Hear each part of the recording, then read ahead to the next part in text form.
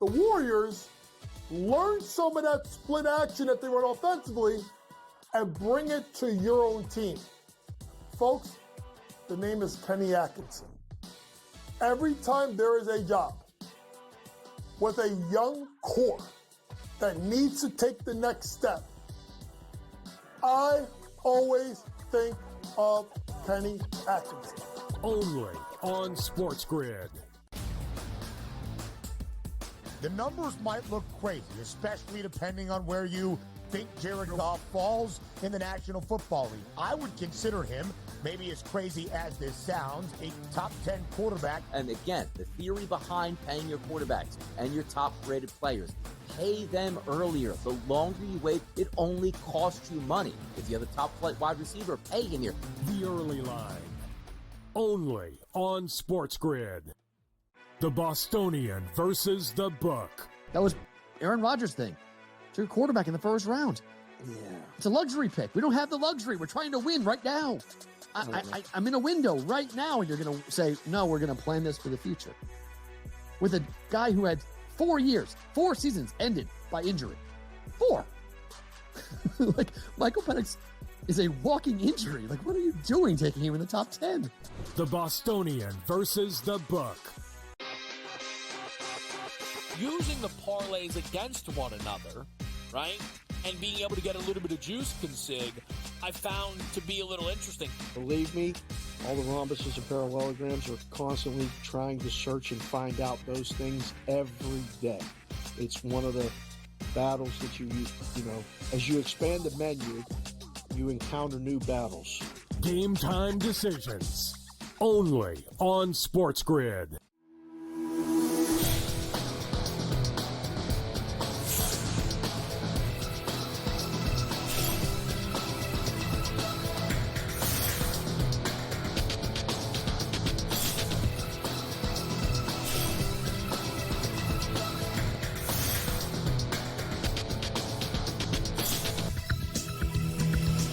Good morning. Welcome to NewsWire here on SportsGrid. I'm Craig Mish, and the day has come. The NBA Finals begins tonight. Yes, it's here. Boston Celtics, Dallas Mavericks. Of course, we'll preview it on the show for you. We got Coach Young in the house for that. Also, Gilbert McGregor from Sporting News. So we have a lot of National Basketball Association content on the show, some baseball content as well. Also, sports wagering information and content with Matthew Waters from Legal Sports Report. That and a whole lot more on this edition of the show. I thought that's where we would begin, would be the NBA Finals. But a little bit of a twist of fate here for the next head coach of the Los Angeles Lakers. There were some that thought that J.J. Redick potentially could be the guy, the broadcaster and former NBA player. It will not be, and at least for the time being, it appears a strong possibility that, get this, Dan Hurley could be the next head coach for the Los Angeles Lakers, the back-to-back national champion Huskies coach. If his name seems familiar to you, it should. He just signed a 6-year, $32.1 million contract extension with UConn last summer. A fee is going to have to be paid here of almost $2 million, and Kentucky tried to get him out of his deal too, but he didn't do that. Now, the top head coaches in the NBA are earning anywhere between $14 and $17 million per year. We just saw a couple of contract extensions handed out as well. And the most fascinating part of the story here is the ramifications for Hurley leaving UConn and going to the NBA, because according to Myron Medcalf, who covers college basketball, what he says is that every player on the Huskies now has a 30-day window to transfer if indeed Hurley joins the Lakers. Now, it has not become official yet, so let's not start that clock, but needless to say, the transfer portal will be absolutely stacked with UConn players, and who will be the next head coach at UConn still remains to be seen as well. And then there are going to be some players stacked from that school that ended up leaving. So this is a story we'll follow for you. I have a feeling more of this will come out. We'll have it for you here tomorrow on the show.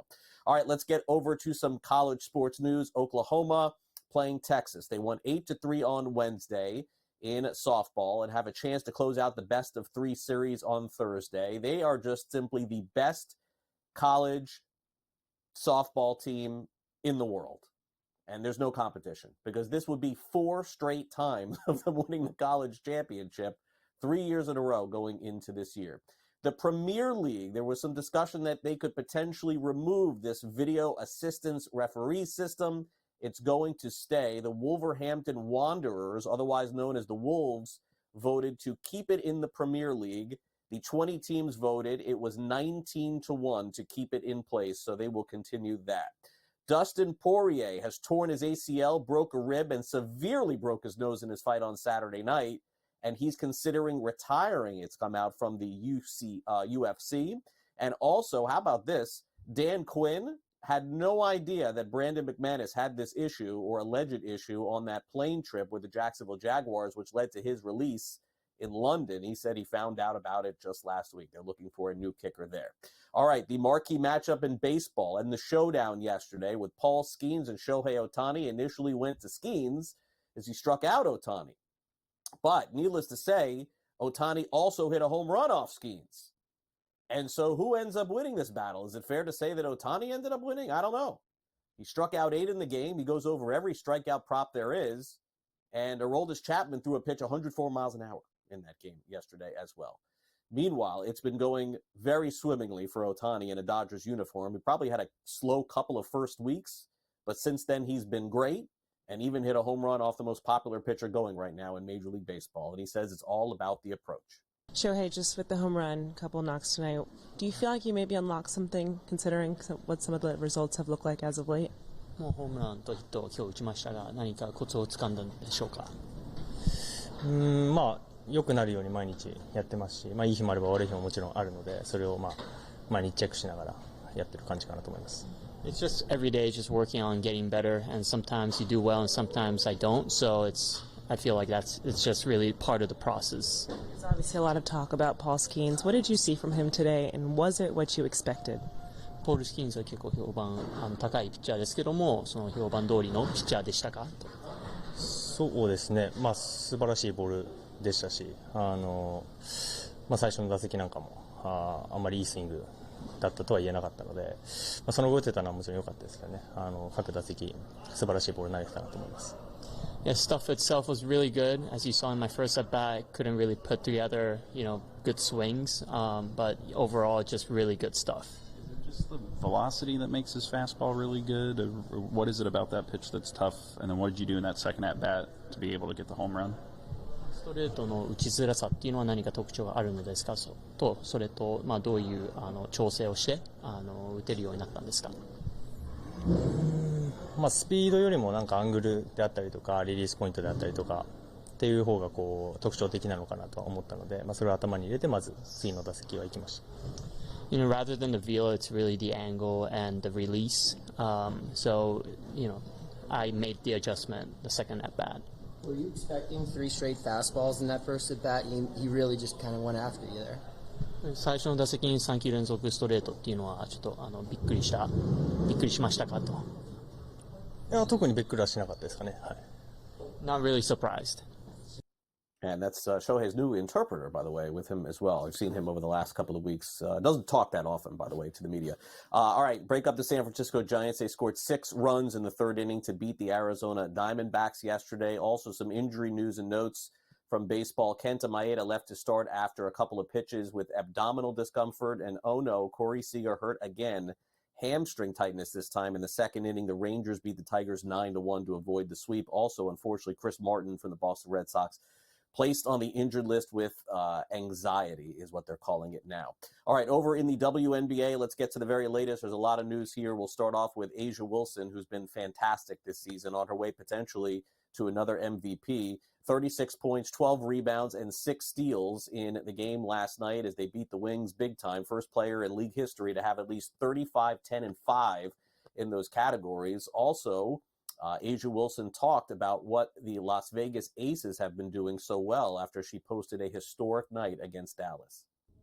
Just the flow of the game. I feel like I try to put myself in situations that can make it a little bit easier on my teammates, and they find me in these different situations and just keep pushing, just keep playing. I love the flow of the game that we're playing, the pace of the game that we have.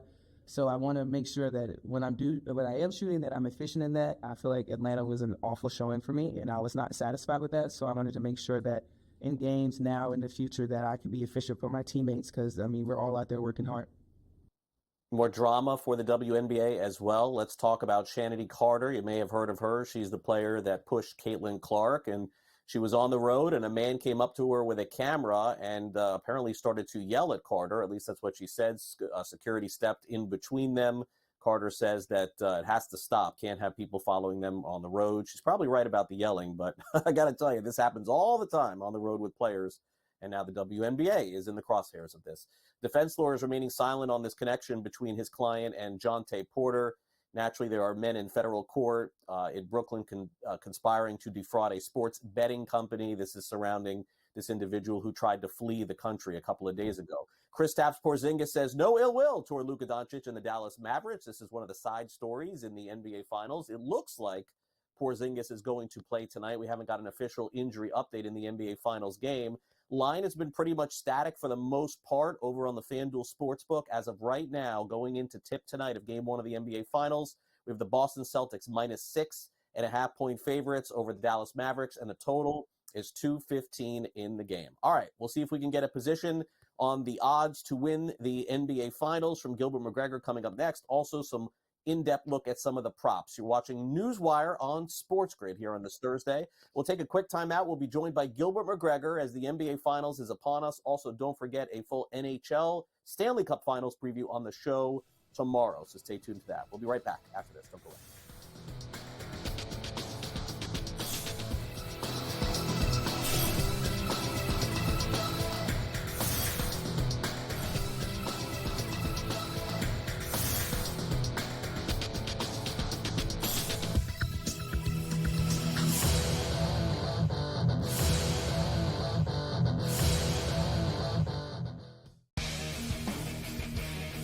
It's 2-0. He's crying behind our bench. But now it's 2-2. He's got a little bit more pep in his step right now. He's sort of into it. You guys will catch him next time they do a bet shop. See if they can get through this power play, though. And, they got a 2-on-1 here. Potentially 3-on-1. So you got to finish this off. They do! They do! I say you got to finish that off! Sports Rage Late Night, only on SportsGrid. If you're in the room, what are you doing with the Judge MVP number? Books are now 2-1, standalone favorite. What are you doing with the Judge number? What do I do with the MVP? I let them bet Judge at, what, even money? Come on in.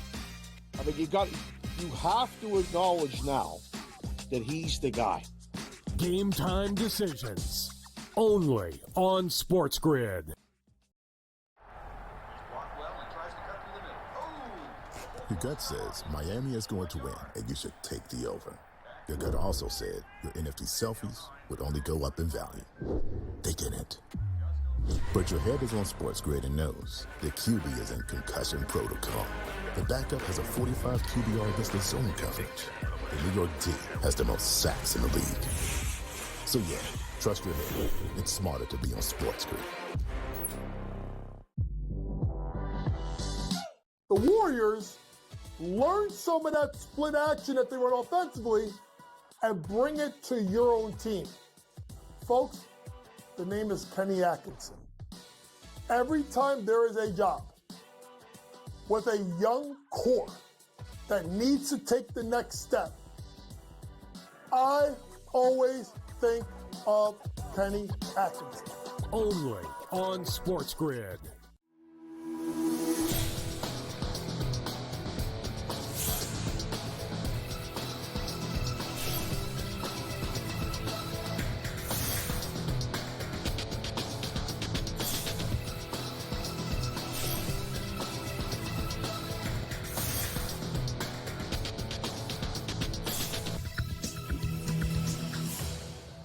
All right, welcome back to NewsWire. The wait is over. Tonight's Game 1 of the NBA Finals, Dallas Mavericks and Boston Celtics. Boston, from start to finish, has been the top of the East. Let's just be honest. They've been the best team in the East, maybe in basketball. And the surprise is that the Mavericks have gotten here. And, in fact, there are a lot of other teams favored ahead of them, not to mention Denver, maybe Minnesota. A lot of people like the Los Angeles Clippers. But as we bring in Gilbert McGregor, indeed, it is Dallas making their appearance, a team that probably historically, Gilbert, when you look at it, really doesn't get enough credit, because through the years, the last 20 years, it's like every 5-6 years or so, here they are again. They're popping up. A lot of that was with Dirk, and I get that. Different team, different run in terms of that. But I guess the Mark Cuban run remains the same. He's been here throughout.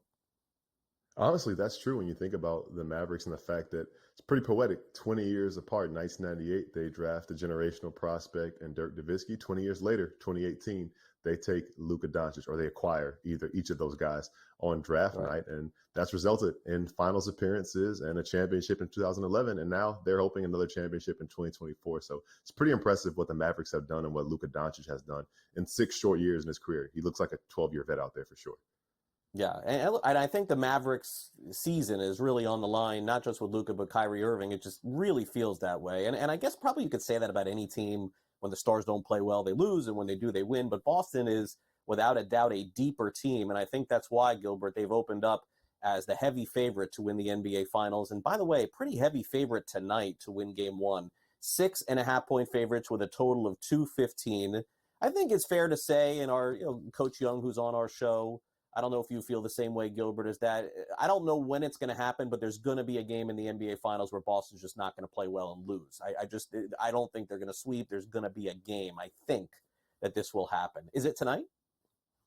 You know what? I don't know if it's tonight. The Celtics have had pretty much really good successes. The way that we're talking about, it doesn't seem like it's a team that's only lost twice these playoffs, but the only times they've lost have been in Game 2 in the first and second round. Now, there were a few games that they probably should have lost in the Eastern Conference Finals, but their talent got them over the hump, and they haven't lost a Game 1 yet. I think the atmosphere is going to be incredible at TD Garden tonight. I don't think it'll be too much for the Mavericks. I just think that it's going to lift this Celtics team past the Mavericks team, who's actually only won one Game 1.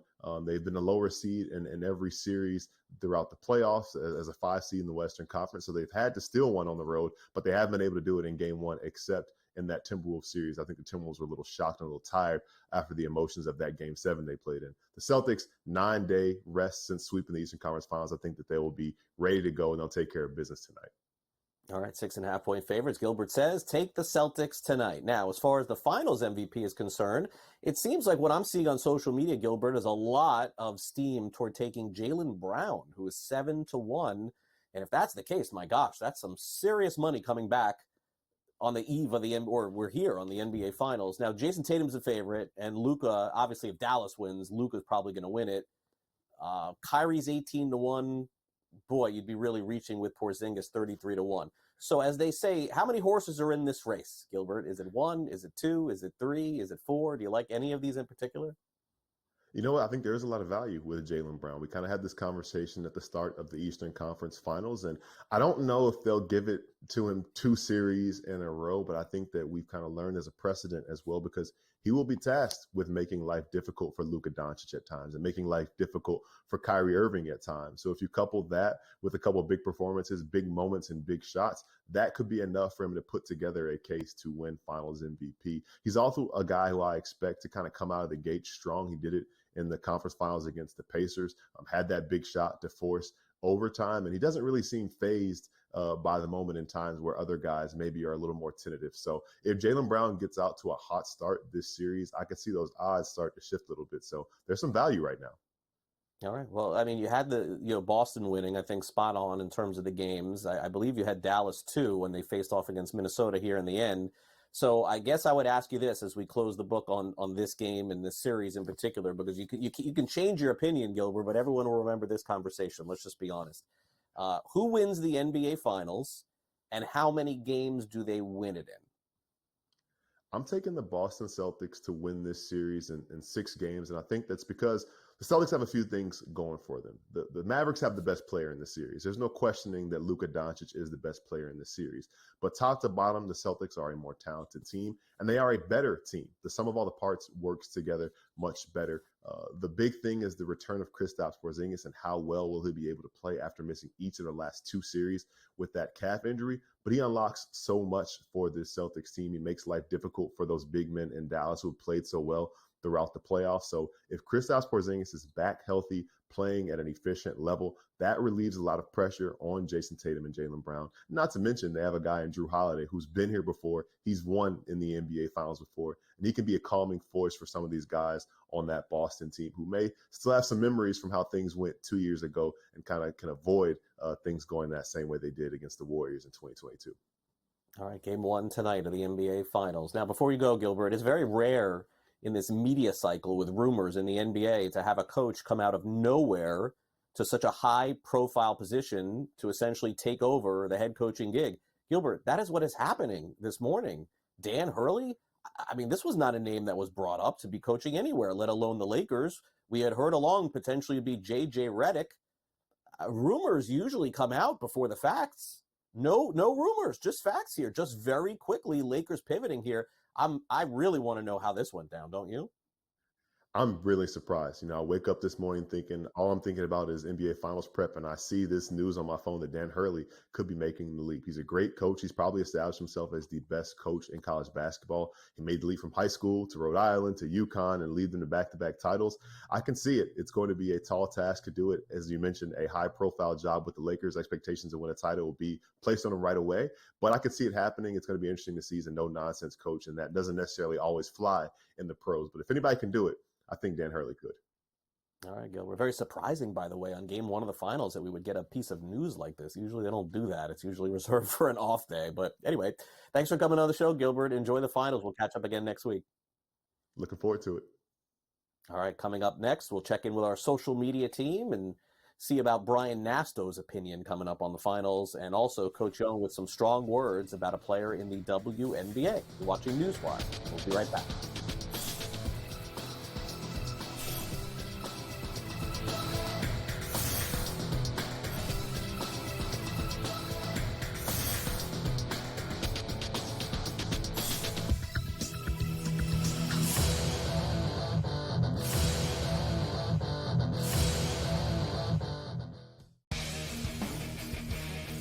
It's 2-0. He's crying behind our bench.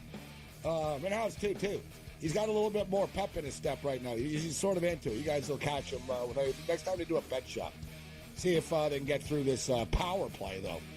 And, they got a 2-on-1 here. Potentially 3-on-1. So you got to finish this off. They do. I think you got to finish that off. Sports Rage Late Night, only on SportsGrid. If you're in the room, what are you doing with the Judge MVP number? Books are now 2-1, standalone favorite. What are you doing with the Judge number? What do I do with the MVP? I let them bet Judge at what? Even money? Come on in. I mean, you have to acknowledge now that he's the guy. Game time decisions, only on SportsGrid. Your gut says Miami is going to win, and you should take the over. Your gut also said your NFT selfies would only go up in value. They didn't. But your head is on SportsGrid and knows the QB is in concussion protocol. The backup has a 45 QBR against the zone coverage. The New York D has the most sacks in the league. So yeah, trust your head. It's smarter to be on SportsGrid. The Warriors learn some of that split action that they run offensively and bring it to your own team. Folks, the name is Kenny Atkinson.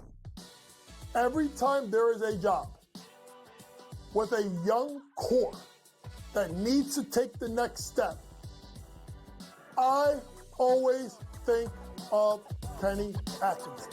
Only on SportsGrid.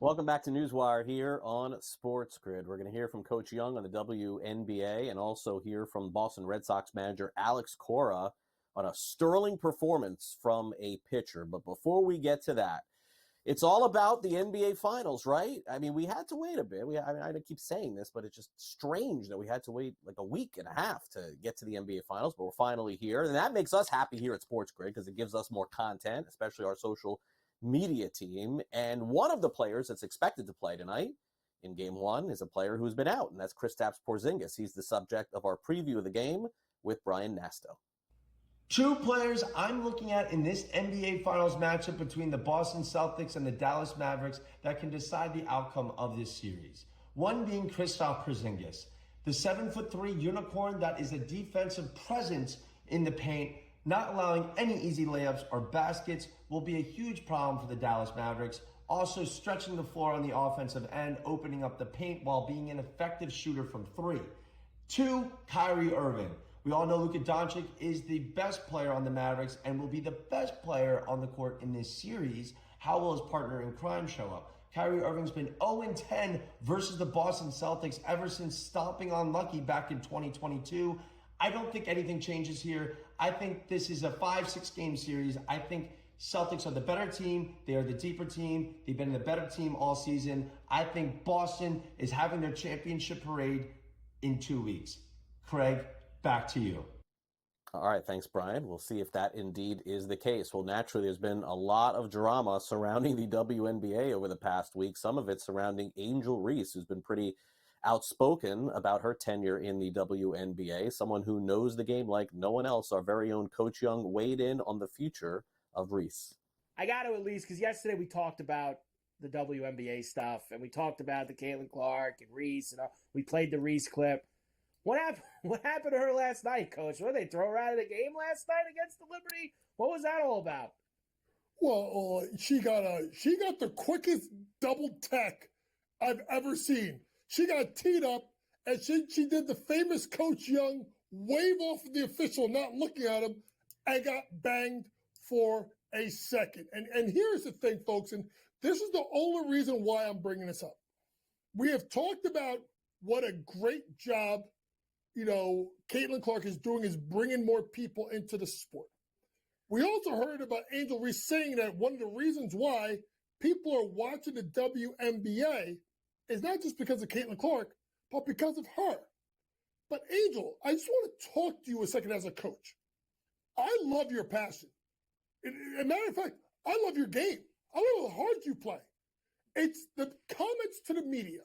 It's the stuff that you did 2 years ago in the national championship game. It's this past year when you played the victim when you lost. It's the getting the two techs and being thrown out. Angel, if we're going to build this league around you, you got to be, available. You got to show up and show out and play. You got to answer questions to the media. See, here's the thing. And I'm going to go here, folks, because I didn't go here yesterday, and I was worried about it. I'm going to go there. Do you want to know why Caitlin Clark is immensely popular? Because she is a white female bringing people into the sport. It is what it is. So stop the hate, stop the jealousy, stop the nonsense, and just play basketball, Angel Reese. When you do that, you're a double-double machine. You're a joy to watch. And so many people, black and white, will go and watch you play, buy your jerseys, and go watch the Chicago Sky play. But when you do stuff like last night, when you do stuff like the clapping on the sideline after Caitlin Clark gets knocked down, when you do the you can't see me, right? When you don't show up to press conferences, you're not helping your cause. You're not helping the Sky's cause. You're not helping the WNBA's cause. You're hurting it. Be one to help, not hurt the situation. All right, Coach Young, very strong words for Angel Reese, and he'll be with us later in the show to preview NBA Finals Game 1. But coming up next, it's time for us to take a look at the latest on the business of sports wagering. Is it possible that the regional sports networks currently known as Bally Sports have a new name this fall? We'll check in with Sam McQuillan, and he'll let us know. So make sure you stay tuned to our next segment here coming up in about 3 minutes from now on NewsWire here on SportsGrid. I'm Craig Mish, and we'll be back right after these messages. Don't go away.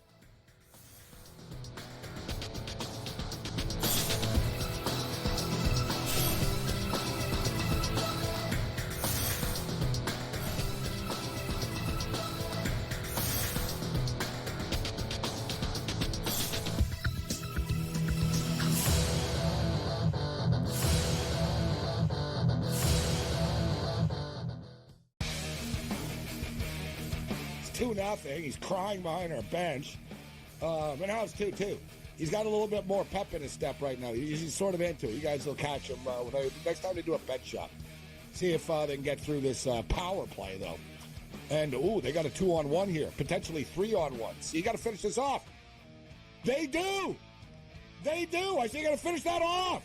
Sports Rage Late Night, only on SportsGrid. If you're in the room, what are you doing with the Judge MVP number? Books are now 2-1, standalone favorite. What are you doing with the Judge number? What do I do with the MVP? I let them bet Judge at what? Even money? Come on in. I mean, you have to acknowledge now that he's the guy.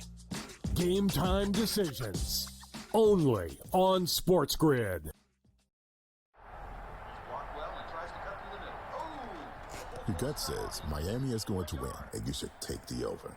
Your gut also said your NFT selfies would only go up in value. They didn't. But your head is on SportsGrid and knows the QB is in concussion protocol. The backup has a 45 QBR listed zone coverage. The New York D has the most sacks in the league. So yeah, trust your head. It's smarter to be on SportsGrid. The Warriors learn some of that split action that they run offensively and bring it to your own team. Folks, the name is Kenny Atkinson. Every time there is a job with a young core that needs to take the next step, I always think of Kenny Atkinson. Only on SportsGrid.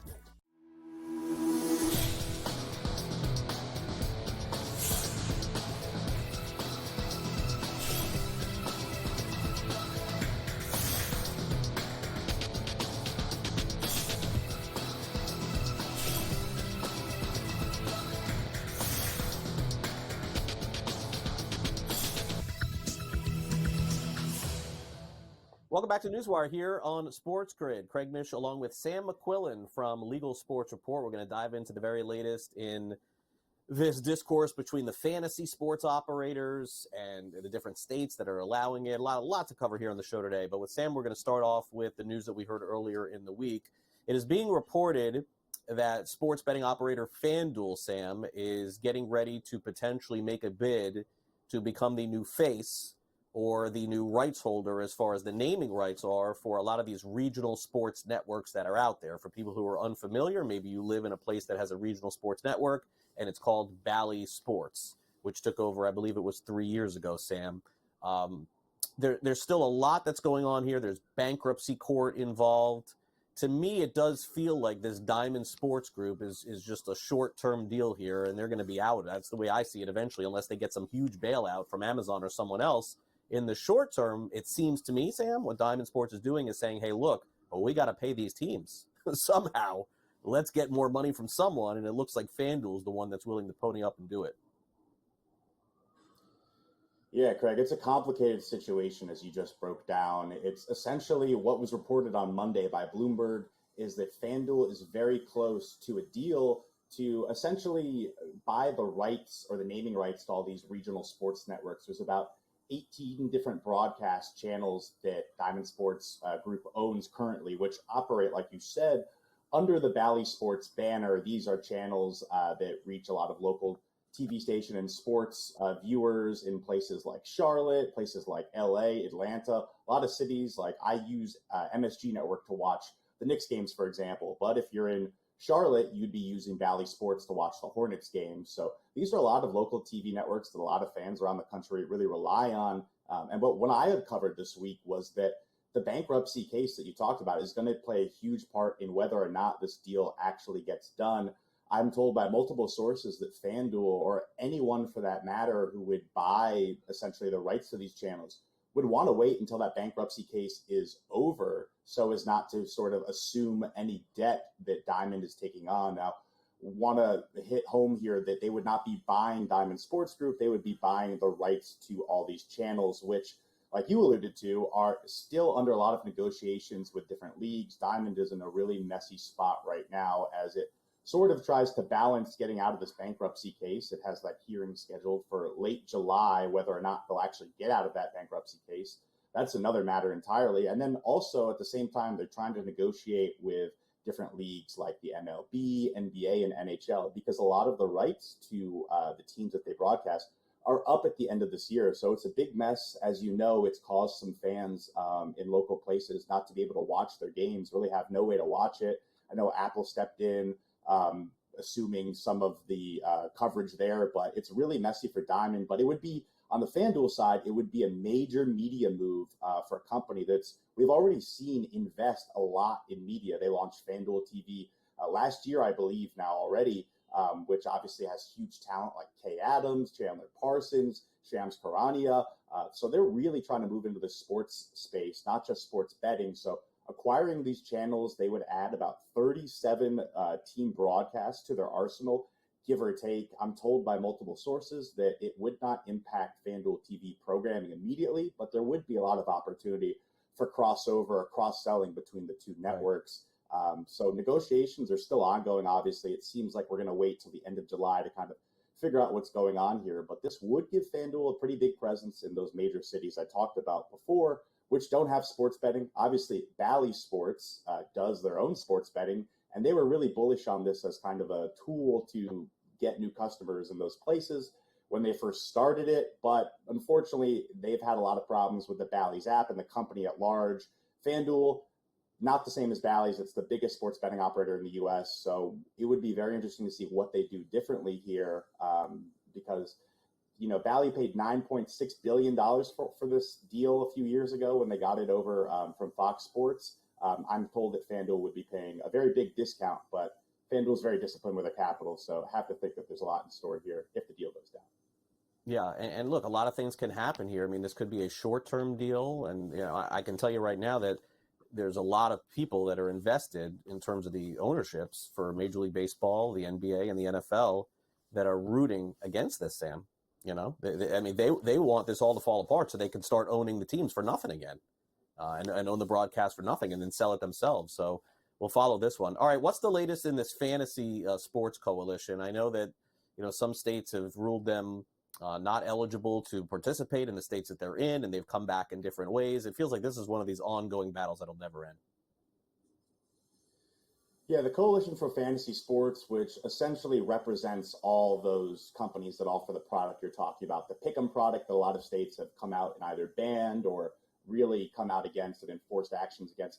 They appointed this guy, J.T. Foley, a longtime government relations executive with Las Vegas Sands, to be their first executive director. Now, normally we wouldn't be spending much time on a lobbying group hire, but what Foley said in his press release I thought was really poignant, and it's clear that it signals a major pivot, not just for this group and these companies, but in this battle overall. You know, he has experience lobbying in states like Texas, Florida, and New York quite successfully on the gaming side, and was also instrumental in getting the Las Vegas Raiders to move to Las Vegas. He helped secure the funding for that stadium. So this is a guy with a lot of experience, a lot of connections that this fantasy group is now adding. Now, they spent the last year sort of trying to work with regulators, negotiate with regulators, figure out how they could get these controversial pick'em games, which a lot of states have deemed as sort of de facto prop betting, how they could get them to stay. They didn't have much success in that department. They moved in a lot of cases to free-to-play versions, peer-to-peer versions,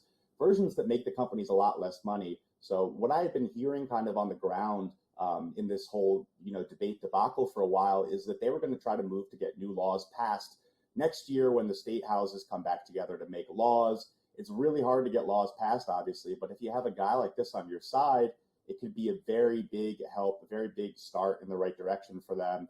Essentially, regulators had been left up to them to figure out whether these products are sports betting or not. So now these companies are confident that, hey, if we get a law passed that says it's not sports betting, then the regulators will have their hand tied, we'll be safe. So this is sort of a major pivot and a lot yet to come for next year, but very big hire by this fantasy lobbying group for sure. Yeah, no, I agree. All right, let's close it out here. I know that you guys have been doing some research in terms of who is specifically betting on sports and the age groups they're made up of. And what did you find when you guys did this research?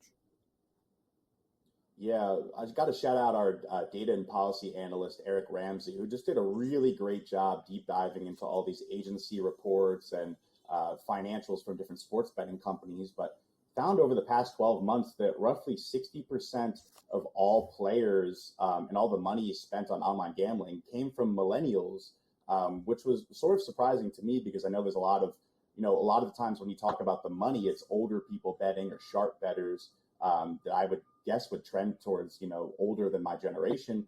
Gen X was the most valuable customer base for operators, spending about $360 on average every month on the apps. But pretty interesting, too, when you talk about Gen Z, there's 57,000 customers versus baby boomers, only 5,000 customers per month. But baby boomers actually outspent them by about 20%. So while not a big customer base, it's still really valuable money-wise for them. Also very interesting, some things that he uncovered in the report is FanDuel pretty much accounted for half of all the money and half of all the customers in the space, while DraftKings is trending downwards with about 25% in each category. So usually we talk about them kind of competing 1 and 2, but it seems like FanDuel has kind of taken the lead over the past month. And then as well, talking about regions, FanDuel's been very dominant in the rest of the country. So it's a great report. You should go to legalsportsreport.com and check it out. All right, great article. As Sam said, legalsportsreport.com. They have it posted right now. Thanks again for coming on the show, Sam. We'll see you next week. Yep, appreciate it, Craig. All right, Coach Young up with us next. He's already told us Dallas is winning the championship. Now we're going to find out how. We'll be right back.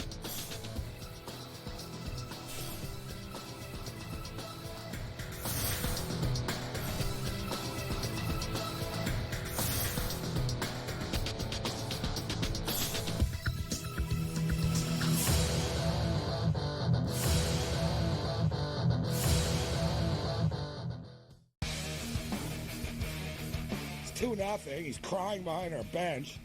And now it's 2-2. He's got a little bit more pep in his step right now. He's sort of into it. You guys will catch him next time they do a bet shop. See if they can get through this power play, though. And, they got a 2-on-1 here. Potentially 3-on-1. So you got to finish this off. They do. They do. I say you got to finish that off. Sports Rage Late Night, only on SportsGrid. If you're in the room, what are you doing with the Judge MVP number? Books are now 2-1, standalone favorite. What are you doing with the Judge number? What do I do with the MVP? I let them bet Judge at what? Even money? Come on in. I mean, you have to acknowledge now that he's the guy. Game time decisions, only on SportsGrid. Your gut says Miami is going to win, and you should take the over. Your gut also said your NFT selfies would only go up in value. They didn't. But your head is on SportsGrid and knows the QB is in concussion protocol. The backup has a 45 QBR against the zone coverage. The New York D has the most sacks in the league. So yeah, trust your head. It's smarter to be on SportsGrid. The Warriors learn some of that split action that they run offensively and bring it to your own team. Folks, the name is Kenny Atkinson. Every time there is a job with a young core that needs to take the next step, I always think of Kenny Atkinson. Only on SportsGrid.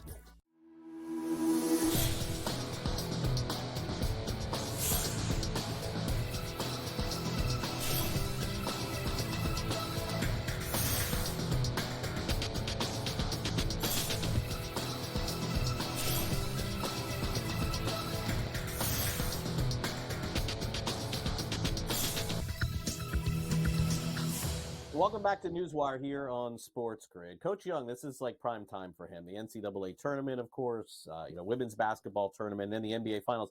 And we're going to talk some coaching here too. But Coach, I guess my question is that when the finals ends, I guess you kind of move right into the draft would be my guess. And then what happens for you? Like what do you take a little like mental breather here from all this basketball? Because I know the season's going to start up like real quick, September training camp, October begin again.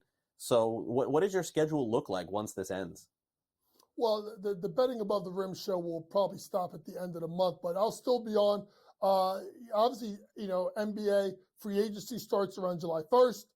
You have to look at Summer League, and then obviously this year is a little bit different with the Paris Olympics coming up. So, and then the WNBA, obviously with Caitlin Clark. So it won't be as crazy as the time. I'll get to relax a little bit, but not too much, Craig, because there's always basketball going on somewhere. Yeah, I definitely understand break time, and hopefully you get one coming up this summer. Before we get to the game, let's talk about your thoughts here. What I said to Gilbert McGregor, coach, earlier is that it's very rare in this day and age of the rumor cycle and the news cycle that you get a coaching story like this out of nowhere, because essentially that's what happened. All of the steam was for J.J. Redick potentially to get the job, but I guess the longer it went, the sense we got is maybe that's not going to be the case. Out of nowhere this morning, Dan Hurley leaving UConn to go to the Los Angeles Lakers. A story as old as time, coach. I mean, you could spin it for me any way you want, but it's the money in the end. I mean, it's always about the money. And the other thing for Hurley is, like other coaches in the past, Pitino, Calipari, and some others, I mean, he could try this. And if it doesn't work, coach, he could go back and take any job he wants in college after it's over, right? Well, good to be on with you. And I think if you really look at it, I think it makes sense. Number one, there's no better time for Dan Hurley to cash in, winning back-to-back national championships. Dan Hurley, that if you look at his offensive style, runs a lot of pick-and-roll offense.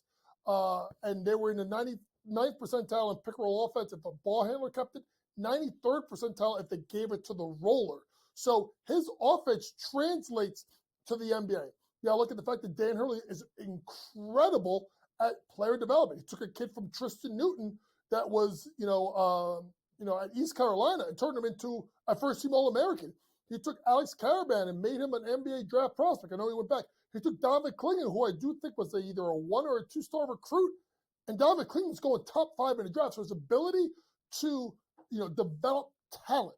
And I think he's a master motivator. And players love him. They absolutely love Dan Hurley. No different than what I've seen being on the opposite sideline and watching Coach Hurley. I don't call him Bob Hurley. I call him Coach Hurley. That's the respect I have for him, for Coach. I think it makes sense with this. Now, the big caveat is Dan is loyal to his players. Dan is a Northeast guy. Dan supposedly said no to Kentucky. It wasn't about the money. It was about the location. Now, listen, I think there was a famous wrestler, the $1 Million Man, Ted DiBiase, says everyone's got a price. Maybe his price is good enough. But also, Dan Hurley has always wanted to coach in the NBA. It makes sense. And for what I'm getting in the research I've done and talked to people I know that are close enough to the situation is, I think this is not a rumor. This is fire, and I really do believe, unless something goes south, I think if you're going to count this as like going into the end zone, I think they're at like 1st and goal. I think he's going to the Lakers. Yeah. Prediction, highest paid coach in the NBA? Yes or no? I don't know if it'd be highest, but I think I could see it in the $15 million range is going to be my guess. I would put him in the top 3 or 4. But he only makes he makes $5 million or so at UConn. So to me, it's, you triple his salary, it's enough. And you're right. He is young enough that if he does go and it doesn't work, he could come back. But one thing I've known about Dan and I've known about the Hurley family as long as I've been around him and obviously coaching against Mr. Hurley, they are fiercely competitive. And I know that if Dan went to the Lakers, I don't think this is Calipari. I don't think this is Pitino. I think this is someone that can go to the NBA, and I think he could be very much successful with the Lakers. All right. Well, we were going to find out over the next few years, and a good start if LeBron comes back next year, which most anticipate he will. All right. So, Coach, you've been all over the network pretty much, I think, saying that Dallas is going to win the NBA Finals. If so, they're plus 188 to win that. So that's a really good price. But let's start off with that. So you probably just, click the plus 188 to start there. You've talked about it. As far as tonight's game is concerned, Boston's 6.5-point favorites. My inclination is to think that Dallas potentially could keep this close. But I don't know. Something tells me, maybe I'm crazy, is that Boston does win the night and win big. and then something happens that changes the series over the course of time. But I don't know. That's not my educated opinion. How about yours? My educated opinion, Craig, is I like the 6.5. I'm going to take it with the Dallas Mavericks. I think they can keep this game close. Defensively, they're really good, and they have two guys down the stretch that can really close out games, particularly if they have the lead. I thought that some of the issues that Boston has had in regards to playing from behind, I just don't know if they can do that and blow the game open like that. So Boston's got to play much better. In regards to props, really quick, folks, a couple look at Kyrie Irving over 4.5 points in the first quarter. I think if Dallas is going to be in this game, Kyrie should be on the second side of the floor, get into the ball screen offense with Luka Doncic, throw it to Kyrie, who should have Derek White on him, and then let Kyrie go and cook. So I like Kyrie go over 4.5 points in the first quarter. Player prop, one I like the most, P.J. Washington. Search around for it. His points prop, I think, is at 10.5 or 11.5 right now on FanDuel. This is a P.J. Washington that's gone over his last 6 times. He's gone against Boston. He has gone over this with the lowest being 14. So P.J. Washington probably is my best bet, over 11.5 points. Kyrie, 4.5 points in the first quarter. Dallas plus the 6.5 tonight with a small sprinkle in the money line. I would not be shocked if they won tonight. All right. Great stuff, Coach. As always, have a great rest of your week and weekend, and we'll talk again next week. Thanks for coming on. Thanks, Craig. All right, coming up next, time for some last licks. We'll dive into the decision the Lakers made. Also, a player in the NBA going to be playing in the Olympics in a different sport, and a first pitch from one of the bad boys in Miami last night.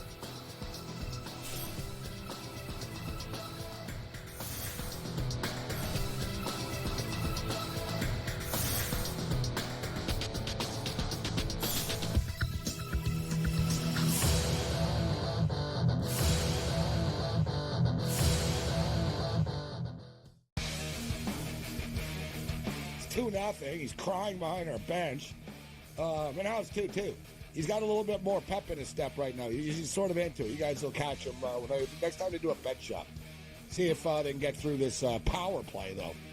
And, they got a 2-on-1 here. Potentially 3-on-1. So you got to finish this off.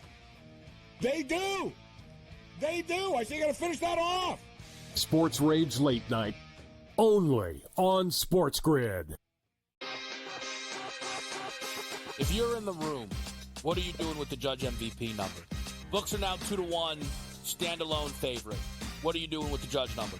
What do I do with the MVP? I let them bet Judge at what? Even money? Come on in. I mean, you have to acknowledge now that he's the guy. Game time decisions, only on SportsGrid. Your gut says Miami is going to win, and you should take the over. Your gut also said your NFT selfies would only go up in value. They didn't. But your head is on SportsGrid and knows the QB is in concussion protocol. The backup has a 45 QBR against the zone coverage. The New York D has the most sacks in the league. So yeah, trust your head. It's smarter to be on SportsGrid. The Warriors learn some of that split action that they run offensively and bring it to your own team. Folks, the name is Kenny Atkinson. Every time there is a job with a young core that needs to take the next step, I always think of Kenny Atkinson. Only on SportsGrid.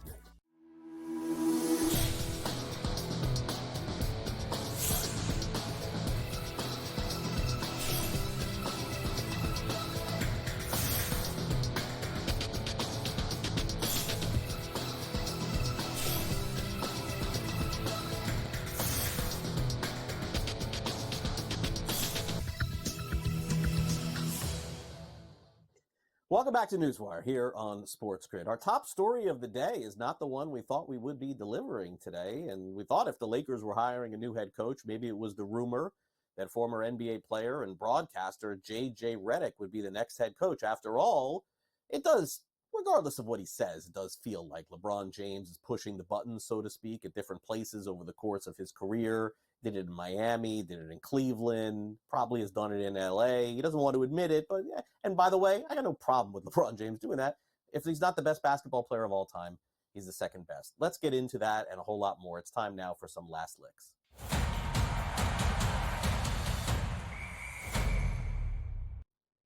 All right, so on the subject of that, this is like I'm playing conspiracy theorist out here. So here is the reason why J.J. Redick was brought up for potentially coaching the Los Angeles Lakers. I'm probably wrong, okay? I'm going to say this with a caveat here, but I did my conspiracy before the show. I think he was never a candidate to become the Lakers head coach. But what I think happened is his buddy LeBron James threw his name out there to somebody, maybe through his agent, associate, or someone else, to make sure that Redick gets a job eventually coaching in the NBA. You guys believe that one? You think that's true? I think that's what happened. I think there was no chance of it happening. I think the Lakers were going to do whatever they did. I mean, look, Redick's got an incredible background in terms of playing and broadcasting, but as far as coaching goes, this would have been a pretty big leap. I think he got his name out there just enough so that the next cycle, and Redick can wait, he can wait a year, he can wait two, he gets consideration to be the next head coach. So if you're playing that game, great job by LeBron. Redick gives him a high five. And then say, I don't know, you guys pick a team. Who's the next coach? I have no idea. Who's the next coach that's going to be fired, Sam, in the NBA? Is there whoever doesn't win the championship, that coach gets fired next year. That's where J.J. Redick ends up, and he has LeBron James to thank. Meanwhile, I haven't heard this name in a long time. Chase Budinger is not playing in the NBA anymore. Did I get his name right, or did I screw that up, by the way? Oh, great. Whew. Good job, Craig. He is going to be playing not in the NBA anymore. He hasn't played in almost 10 years. You're going to see him this summer playing in the Olympics in volleyball. How about that one? Didn't see that one coming. Apparently, he's made the team. He's a very good player. And again, you have to be tall to play volleyball. And still, 36 years old, so very well young enough to play.